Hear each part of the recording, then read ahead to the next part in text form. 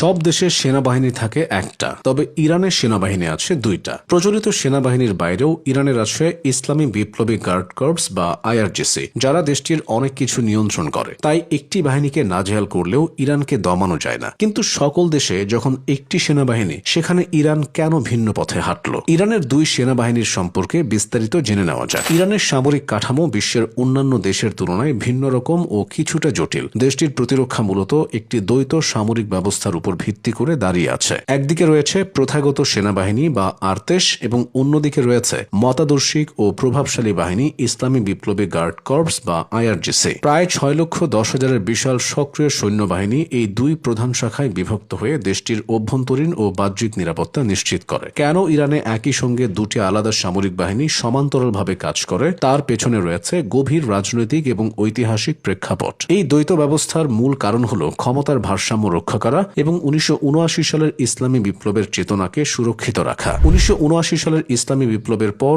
ইরানের তৎকালীন সর্বোচ্চ নেতৃত্ব অনুভব করেছিল শাহ শাসনামলের পুরনো সেনাবাহিনীর ওপর পুরোপুরি আস্থা রাখা সম্ভব নয়, কারণ ওই বাহিনীর কর্মকর্তাদের বড় অংশই পশ্চিমা শিক্ষায় শিক্ষিত এবং পূর্ববর্তী রাজতান্ত্রিক শাসনের অনুগত ছিল। তাই ইসলামী প্রজাতন্ত্রের আদর্শ রক্ষা এবং যে কোনো অভ্যন্তরীণ সামরিক অভ্যুত্থান ঠেকানোর জন্য একটি নতুন অনুগত ও ধর্মপ্রাণ বাহিনী গঠনের প্রয়োজনীয়তা দেখা দেয়। এই চিন্তা থেকে আয়াতুল্লাহ খোমেনির নির্দেশে গঠিত হয় ইসলামী বিপ্লবী গার্ড কর্পস বা আইআরজিসি। সময়ের সাথে সাথে এই আইআরজিসি একটি আধা সামরিক বাহিনী থেকে রূপান্তরিত হয়ে ইরানের সবচেয়ে শক্তিশালী সামরিক ও অর্থনৈতিক শক্তিতে পরিণত হয়েছে। ইরানের সংবিধানেও এই দুই বাহিনীর দায়িত্ব সুনির্দিষ্ট করে দেওয়া হয়েছে, যাতে কেউ কারো কাজে সরাসরি হস্তক্ষেপ না করে একে অপরের পরিপূরক হিসেবে কাজ করতে পারে। ক্ষমতা ও কর্মপরিধির বিচারে প্রথাগত সেনাবাহিনীর প্রধান দায়িত্ব হল ইরানের সীমান্ত রক্ষা এবং বিদেশি শত্রুর হাত থেকে ভূখণ্ডের অখণ্ডতা বজায় রাখা। তারা প্রথাগত বিদ্যা, ভারী শস্ত্র এবং দীর্ঘমেয়াদী প্রতিরক্ষামূলক কৌশলে দক্ষ।